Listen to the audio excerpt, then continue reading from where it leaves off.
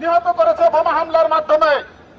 1.5 মাসে এই যে 50,000-এর উপরে লোক মারা গিয়েছে, তার মধ্যে শুধুমাত্র শিশুই আছে 17,000। বন্ধুরা, আমরা মুসলমান হিসেবে, বাংলাদেশ একটি মুসলিম কান্ট্রি হিসাবে এই হামলার বর্বর হামলার আমরা নিন্দা জানাই। বন্ধুরা, আপনারা জানেন এক সময় পুরো ইসরায়েল এবং প্যালেস্টাইনের পুরো ভূখণ্ডই ছিল প্যালেস্টাইন। সবাইকে শান্ত হয়ে প্রতিবাদ করার জন্য অনুরোধ জানিয়ে আমি আমার বক্তব্য শেষ করছি।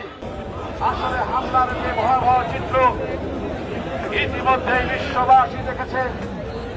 একজন মুসলমান হিসাবে আমরা এই বাংলাদেশের নাগরিক হিসাবে এর প্রতিবাদ করা ছাড়া এই মুহূর্তে আমাদের কাছে অন্য কোনো পথ খোলা নাই।